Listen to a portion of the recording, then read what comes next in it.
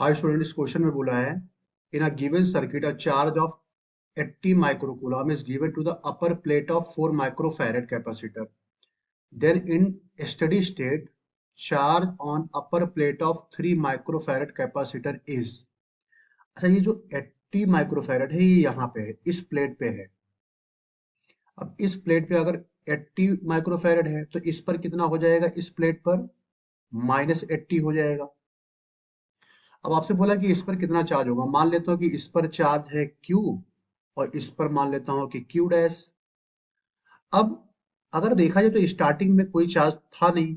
इसका मतलब जब आपने यहाँ पे -80 किया, यहाँ पे Q डैश और यहाँ पे Q किया, इसका मतलब ये हुआ कि ये वाले जो चार्जेस होंगे, ये वाले जो चार्जेस होंगे, ये पूरे समेशन क्या होने चाहिए, इनका पूरा सम क्या होना चाहिए, 0। कि ये चार्ज तो थे नहीं। जब ये 80 माइक्रो कूलम आया है तभी तो ये यहाँ पे -80 आया और यहाँ पे Q डैश और यहाँ पे Q आया। तो इसका मतलब इन तीनों का समेशन क्या होना चाहिए, 0 होना चाहिए। इसका मतलब हम लिख सकते हैं Q plus Q dash -80 is equal to 0। तो यहां से Q plus Q dash is equal to आ जाएगा 80। इसको कर देते हैं इक्वेशन नंबर 1। अब अगर आप देखो 2 माइक्रोफैरड और 3 माइक्रोफैरड जो है, ये दोनों के दोनों है पैरेलल। इसका मतलब दोनों का पोटेंशियल क्या होगा, इक्वल होगा। इसका मतलब यहाँ पे Q/3 is equal to Q dash by 2 के इक्वल हो जाएगा।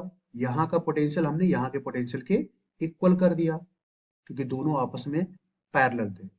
तो Q dash by 3 sorry Q/3 equal to Q dash by 2। तो यहाँ से आ जाएगा Q dash is equal to 2Q/3। इसको कर देते हैं इक्वेशन नंबर 2। अब अगर हम इक्वेशन 1 एंड 2 को सॉल्व करें फ्रॉम इक्वेशन 1 एंड 2,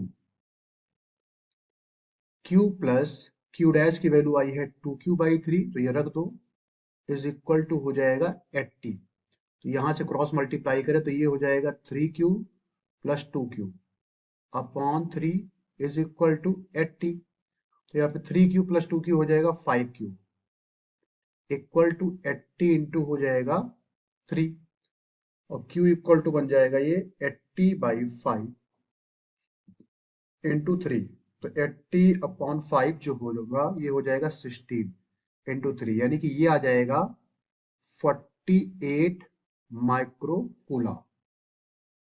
इसका मतलब 3 माइक्रो फैरड पे हमने जो चार्ज माना था वो Q माना था। इसका मतलब 3 माइक्रो कूलम पे जो चार्ज होगा वो 48 माइक्रो कूलम आएगा। So third option is correct. Thank you.